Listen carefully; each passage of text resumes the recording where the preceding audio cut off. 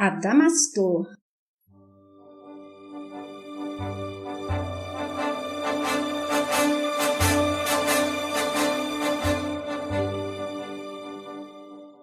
Ícaro redimido.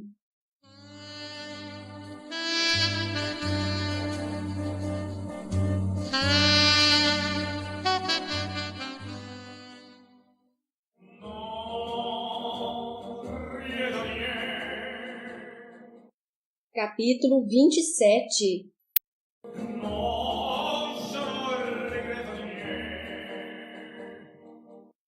Contenda inútil.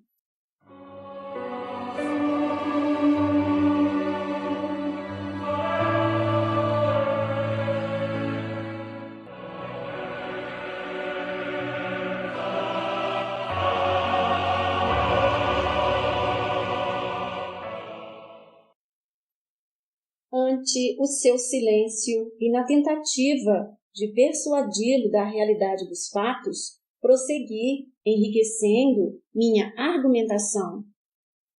Sabemos que a disputa pela primazia gerou calorosas polêmicas na tentativa de demonstrar quem realmente fora o inventor do extraordinário aparelho voador. Discussões que certamente ainda não terminaram e bem cedo findarão, pois, quando a supremacia de um povo está em jogo, todos os meios justificam a sua defesa. Há, contudo, uma realidade maior que permeia as páginas de sua história e que ele fará bem em conhecer. Como já lhe afirmamos, a vida, em qualquer nível que se manifeste, é um processo que se realiza em dois mundos. Existe uma ativa e permanente corrente de pensamentos entrelaçando seus dois planos e, a bem da verdade, o real condutor das descobertas que entretém o progresso humano é a esfera espiritual, enquanto que o domínio da carne é apenas o campo de sua aplicação. Por isso, é forçoso reconhecer que as grandes invenções que beneficiaram a humanidade em todos os tempos não são meras descobertas ou criações realizadas ao acaso pelos encarnados, porém obras programadas por aqueles que nos dirigem. Assim é que não há inventores de fato no plano da carne, mas apenas homens que se colocam em condições de captarem as ideias que trafegam entre as duas esferas. A concepção do avião foi desenvolvida no mundo espiritual e, em prol da verdade, não tem idealizadores no plano físico. Eis a surpreendente realidade. Não é de se admirar o fato de que, em diferentes lugares, o início do século XX tenha se agitado de frenético entusiasmo pela conquista da navegação aérea? Exatamente porque os espíritos que nos conduzem movimentavam as ideias, semeando-as em todos os lugares e entre todos os povos, à espera de que frutificassem em contato com aqueles que se achavam em condições de dar-lhes guarida e o devido desenvolvimento. Victor Hugo reconheceu isso ao nos afirmar que uma ideia chegada no seu tempo é mais poderosa do que todos os exércitos. Você e os irmãos norte-americanos, Orville e Wilbur Wright, foram os mais receptivos e aptos a recolher estas sugestões e concretizá-las no mundo físico. Apenas isso. Não somente vocês, mas todos aqueles que compuseram um rol de pioneiros e se arriscaram ou mesmo perderam a vida nas arrojadas empreitadas iniciais, obedeciam ao comando dos espíritos. Portanto, não há motivos para se digladiarem em busca de privilégios e hegemonias que não se justificam, pois todos apenas cumpriam com o que lhes determinava a influente voz da intuição, que a ninguém pertence. Se uns chegaram primeiro do que outros, isso pouco importa, e interessa apenas a nossa vaidade, meu amigo. A contribuição de cada um perante a lei de Deus é idêntica e eivada dos mesmos valores. Alberto emudecia-se pasmo diante da revelação. A fim de alijá-lo das infundadas frustrações que ainda vicejavam em sua alma, agreguei: naturalmente que você detinha valores para o desempenho da tarefa, conquistados em existências anteriores. Porém, sem a orientação do plano espiritual, nada teria realizado. Guarde esta certeza. O trabalho já estava determinado e você apenas se colocou, por mérito próprio, em condições de executá-lo. Não nos convém, portanto, pleitear, unicamente para deleite da vaidade, o direito dos inventos, como se fôssemos os únicos detentores do processo criativo. Como não temos a exclusividade da primazia de nada que criamos, esta reputação não nos pertence e não nos pode ser roubada. E se convém a outros a utilizarem para o próprio engrandecimento, sejamos humildes o bastante para ceder-lhes o mesmo bem que queremos para nós. Sentíamos que Alberto, embora ainda silente, assimilava a lição, acalmando-se diante de uma compreensão maior da vida e sua real participação no processo inventivo a que se achava no direito de posse. Continuei, acrescentando informações que lhe fariam bem em conhecer. É preciso considerar ainda que seu trabalho, na verdade, foi um empreendimento desenvolvido pelo esforço de uma equipe de encarnados e desencarnados, sem a qual nada teria sido possível. Os benfeitores ocultos que o orientavam fizeram-lhe companhia constante aos pensamentos e habitaram seus sonhos, desempenhando papel importante em sua missão, fazendo da genialidade do amigo obra de esforço conjunto. Eles o instruíam e lhe apresentavam projetos durante o seu sono físico, quando é possível ao espírito encarnado entrar em contato com a nossa realidade, embora você não tenha guardado nítida lembrança disso. Desta forma, podemos considerar suas invenções como fruto de inspirada intuição, oriunda do esforço de dois mundos que se abraçavam em auxílio ao progresso humano.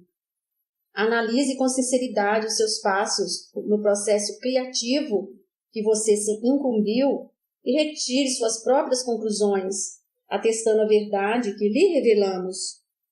Embora denotasse espanto, o amigo não se animava a retrucar-me, irradiando ansiedade pela continuação do meu relato. Cuidando de ser o mais sincero em minhas palavras, ante seu olhar curioso, segui perfilando os dados fiéis que recebera do Departamento de Informações de nossa colônia, facilitando-me a argumentação. Não se pode olvidar ainda que os planadores já existiam quando você desenvolveu o seu avião. Eles aguardavam somente alguém que lhes adaptasse um poderoso propulsor e tivesse coragem para elevar-se no ar.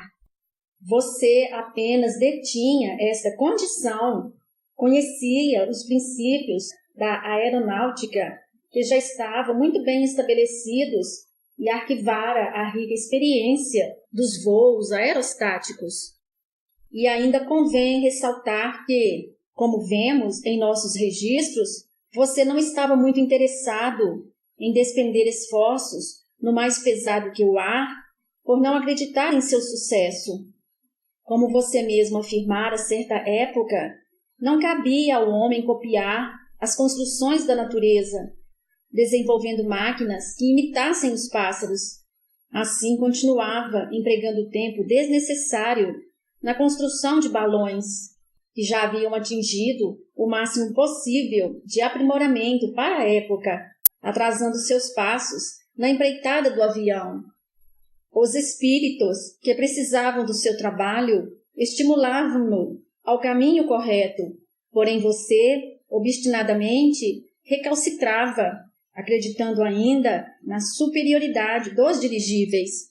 investido na realização de um aparelho híbrido, uma espécie de balão alado que não seria em nada conveniente. Foi então preciso que seus amigos espirituais o demovessem da renitente obstinação, servindo-se da sugestão de Léon Lavasseur, a fim de atiçá-lo à tarefa. Sem este estímulo, você nunca teria se empenhado nesta conquista, nesse momento, como não o fez em oportunidades anteriores. Sem considerarmos ainda que você nunca revelou devidamente a prestimosa ajuda de seus colaboradores encarnados, sem os quais nada lhe teria sido possível. Denotando, enfim, laivos de humildade, Alberto redarguiu.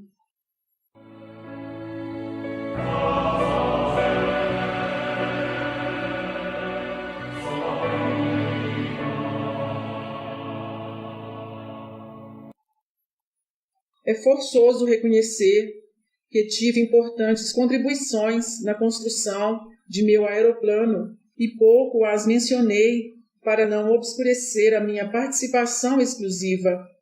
E devo confessar que não confiava no sucesso do mais pesado do que o ar, concentrando ainda meus esforços nos dirigíveis, quando, ao assistir a uma corrida de lanchas, me surpreendi com o potente motor Antoniette.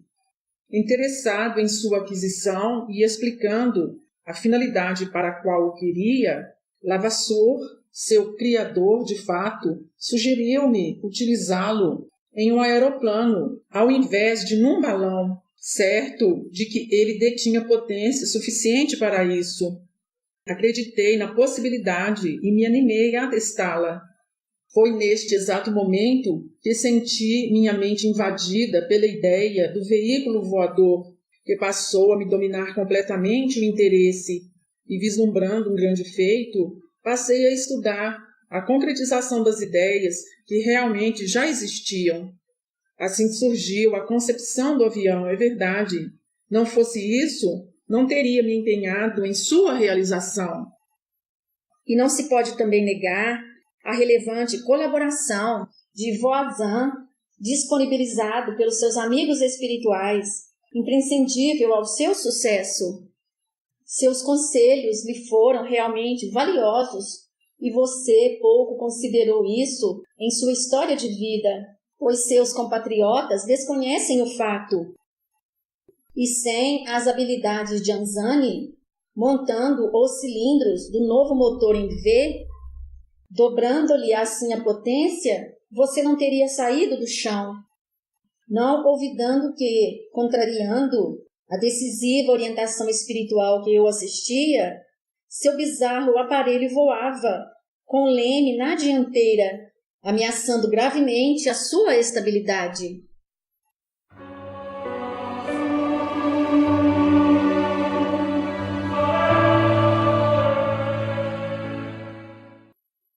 A verdade me faz muito bem à alma, e lhe agradeço por ressaltá-la aos meus olhos, que nunca puderam admiti-la, temeroso que viesse a roubar a grandeza que pretendia impor ao meu nome. Não posso negar a imprescindível ajuda de Voisin, e devo confessar que ele muito insistiu, desde o começo, para que eu invertesse a orientação de meu aparelho, colocando o leme atrás. Entretanto, minha obstinação não me permitia ouvi-lo, acreditando que na frente suas aletas me ergueriam com mais facilidade, e precisei experimentar o equívoco para testar sua inviabilidade. Apesar dos contratempos, seu 14 bis voara, e você se embeveceu dos aplausos e pompas do mundo, os quais merecia, porém, não convinham à desmedida elação da personalidade. E você desconsiderou a participação importante dos companheiros por imposição de exclusivista sede de glórias. Natural que a corrigenda destes abusos se fizesse necessária, e somente o sofrimento e a decepção poderiam lhe demover do patamar de altivez em que se projetara. Agradeça, portanto, as dores que lhe vergaram a alma doente, encaminhando-o à correta posição diante da vida, meu amigo. Embora você, recalcitrante, não as tenha aproveitado devidamente. Não culpe, portanto, os reveses da vida por um roubo daquilo que você não detinha o direito pleno de possuir, reconhecendo que seus sofrimentos não se justificam. Alberto, acabrunhado, recolhia-se aos próprios pensamentos, absorvendo as importantes lições que a vida lhe propiciara. Era preciso deixá-lo mais uma vez entregue a si mesmo, a fim de que a meditação lhe favorecesse a acalmia das desalinhadas forças emocionais. Nova tempestade se fazia indispensável, porém a bonança logo lhe seria precioso beneplácito ao espírito aflito. Forçado a admitir a inquestionável realidade dos fatos, consideraria sua participação muito mais passiva do que ativa no processo inventivo em que se empenhara, acalmando suas infundadas frustrações e pesares. Adelaide concluiu nossa reunião com sentida prece, pedindo a Deus para aplacar em todos nós os terríveis males do milenar orgulho, corroendo-nos as possibilidades de crescimento rumo ao Pai. Sedenta de esclarecimentos, a irmã, fim do dia de trabalho, ainda me questionou ao deixar o companheiro entregue aos refolhos da alma. Surpreende-me o fato da conquista aérea ter sido empreendida por uma equipe de espíritos atuando ativamente ao lado dos encarnados. Recordo-me de ter lido informes sobre o assunto, mas não presumia a atuação tão direta. Sim, Adelaide, conhecemos aqui a verdadeira história da aviação e quem de fato inventou o avião. Porém, aguardemos o desenrolar dos fatos para agregar ao nosso amigo novas revelações. Deixemos que ele acate a realidade em doses paulatinas, abandonando progressivamente a sua defectível visão dos eventos vivenciados. Todas as grandes conquistas da história terrena se dão exatamente desta maneira, com a decisiva participação do plano espiritual? Não há dúvida, minha amiga. Todos os acontecimentos da vida planetária são assistidos e orientados de perto pelo mundo maior. Nunca lhe ocorreu os motivos que levam a história na Terra a caminhar em nítida e lógica sequência de fatos? Será por um acaso que as criações humanas sempre ocorreram de modo simultâneo em diferentes pontos do planeta? Povos diversos, em distantes locais, sempre desenvolveram ferramentas extremamente idênticas.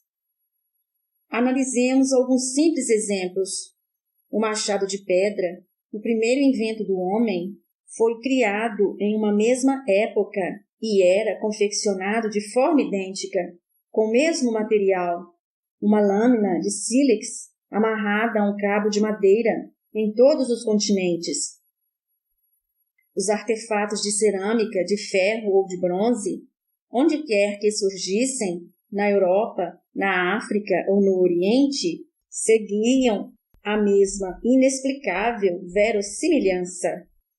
Sumérios e chineses, astecas e etruscos, maias e assírios, todos fabricavam utensílios e artefatos e construíam monumentos de maneira incrivelmente semelhante. E não somente na moldagem de objetos, mas também no âmbito cultural e artístico, se observa roteiro idêntico para todos os povos. Filósofos e artistas compuseram numa mesma época, mas em locais remotos e sem que se conhecessem, modelos ideológicos incrivelmente coincidentes. Os astecas construíam suas pirâmides como se as copiassem dos egípcios. Os profetas hebraicos ensinavam os mesmos princípios filosóficos propalados pelos pensadores gregos, enquanto Siddhartha compunha-os para os hindus e Confúcio os professava na China. Essa inverossímil coincidência que permeia o roteiro da vida nunca pôde ser explicada pelos historiadores. A verdade é que, desde a pré-história, todos os inventos e todos os avanços que se realizaram na dimensão física foram sugestões do mundo maior. O itinerário terreno, minha amiga, é processo inquestionavelmente conduzido e não se dá ao acaso. Por isso, não se pode contar a história da humanidade sem considerar a participação ativa e efetiva do mundo dos espíritos. E os grandes gênios, em todos os tempos, nada inventaram. Foram apenas aqueles que se capacitaram para a leitura das correntes de pensamentos emanadas do plano espiritual, concretizando-as no mundo das formas. Rendamos humildemente graças à direção suprema da vida que, atenta às nossas necessidades, esteve sempre presente, protagonizando o progresso na superfície do orbe. Sem sua ajuda e entregues a nós mesmos, pouco teríamos avançado e seguramente ainda estaríamos intentando a invenção da roda até hoje. Isso faz ainda da vida um processo único e dirigido não somente em nosso limitado orbe, porém em toda a criação, de modo que, em qualquer lugar do universo, nos iremos deparar sempre com os mesmos modelos, idênticas invenções e ensinamentos semelhantes, pois uma mesma fonte, o influxo da mente divina, se irradia de forma igualitária em todos os seus infinitos rincões. Atenta, como sempre, ao desenvolvimento lógico das ideias e interessada no real esclarecimento das questões abordadas, Adelaide, com muita propriedade, perguntou ainda: parece-me compreender, pelas suas explicações, que nada é possível criar no reino da matéria e, na verdade, não existiriam inventores entre os encarnados, obedientes sempre às sugestões do mundo espiritual. Isso não retira todo o valor dos grandes gênios da humanidade, colocando-os como meros receptores de ideias que, na verdade, nunca lhes pertenceram? E as invenções que objetivavam unicamente a destruição e a maldade são também produto dos espíritos? Suas questões têm real fundamento, Adelaide. Compreendamos que a vida é a ação permanente de uma vontade criadora única que se desenvolve em dois mundos, evoluindo em permanente intercâmbio de ideias que fluem e refluem entre os dois planos, em verdadeiro entrelaçamento e interdependência de valores. Contudo, desde que o espírito dominou o pensamento contínuo e passou a desenvolvê-lo com maior potencialidade após a morte, a escola da carne se transformou no terreno de aplicações práticas e adestramento das ideias, originadas sempre no reino do espírito. Portanto, a bem da verdade, a esfera física raramente detém originalidade de concepções e descobertas, pelo simples fato de que o espírito liberto do subjugo da carne encontra-se com seu potencial criativo muito mais aguçado, nutrindo-se de maior criatividade inventiva e inigualável percepção intuitiva da realidade. Desta forma, o mundo espiritual assumiu o comando da vida planetária, passando a ser a verdadeira fonte mantenedora dos campos de ideias que entretecem a vida humana.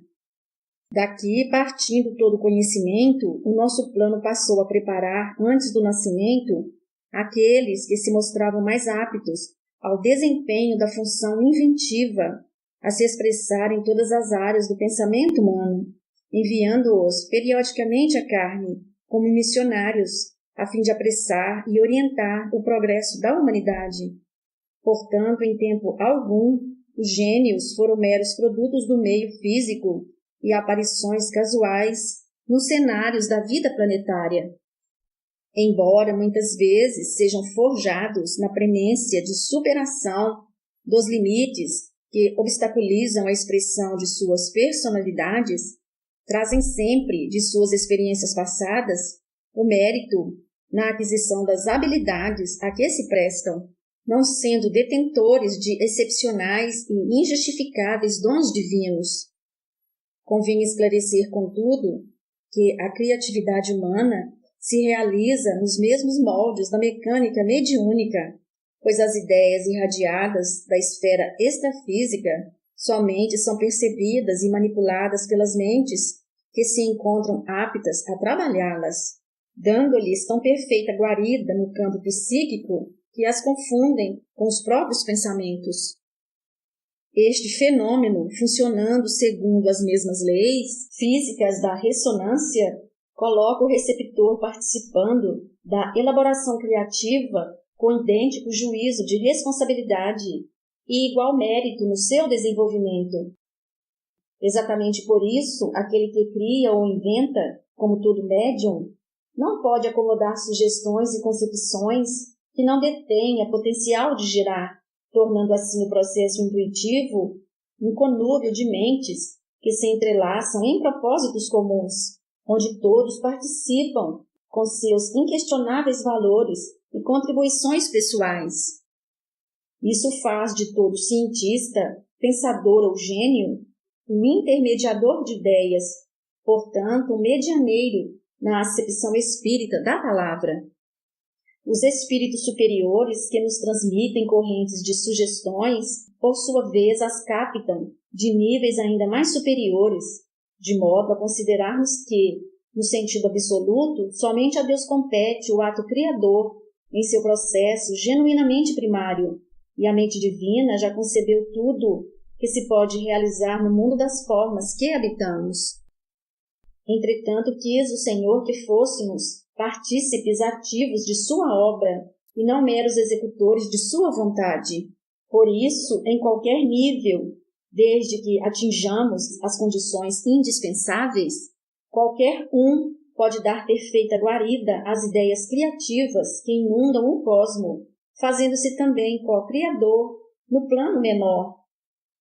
Os gênios do mal no reino humano, em todos os tempos, são igualmente inteligências consorciadas aos sicários das trevas, em serviço de destruição e maldades, em idêntico processo de funcionamento.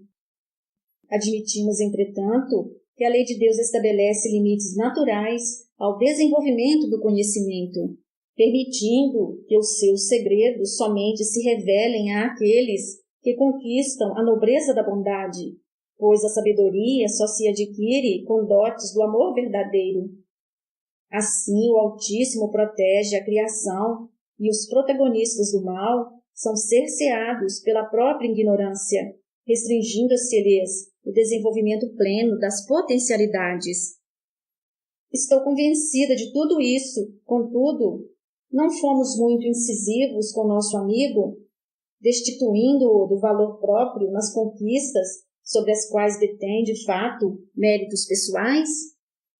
Compreendemos que Alberto trazia importante genialidade e sua contribuição ao progresso é inegável. Entretanto, temos que reconhecer que ele, com sua grande habilidade mental, apenas tornou prático o avião e não o inventou. Suas proezas são realmente consideráveis e sua participação meritória de destaque na história humana. Contudo, ele fez disso motivo para engrandecer a vaidade e errou ao desejar ardentemente a exaltação do próprio nome, desconsiderando todos quantos o ajudaram. Este foi o seu equívoco e o motivo de sua desdita. Possivelmente você interprete como dura a palavra de orientação que lhe dirigimos, destituindo-o do real valor do seu trabalho. Porém, nesse momento, tudo indica ser esta a sua necessidade. É preciso que ele se recolha na humildade e promova o crescimento espiritual em nova direção. Eis nossa função nesse instante, junto ao seu desvalimento.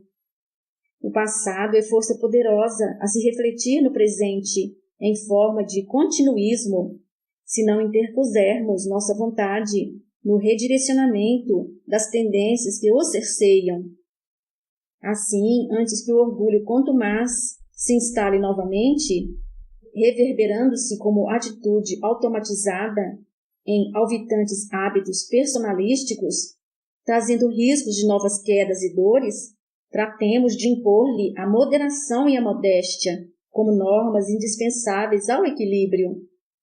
Este é o objetivo mais nobre no serviço de orientação espiritual que empreendemos, exigindo-nos a superação do pieguismo que sempre nos caracterizou a errônea maneira de prestar auxílio. Daí a necessidade de lhe mostrar os deméritos, salientar suas faltas e erros, a fim de lhe permitir o reajustamento consigo mesmo e com a lei, conformando-o nos limites imprescindíveis à saúde do espírito. Adelaide dava-se por satisfeita e partimos para a execução de outras atividades que nos concitavam ao esforço comum, igualmente urgentes, pois a vida seguia seu séquito de necessidades, sempre prementes, em muitos campos de expressão de nossas atuações, na profícua realidade do espírito.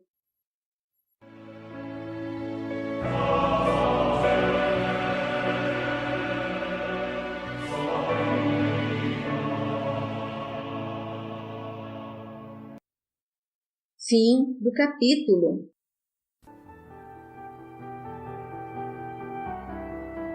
E ele lhes propôs esta parábola, dizendo: Que homem dentre vós, tendo 100 ovelhas e perdendo uma delas, não deixa no deserto as 99 e vai após a perdida, até que venha a achá-la?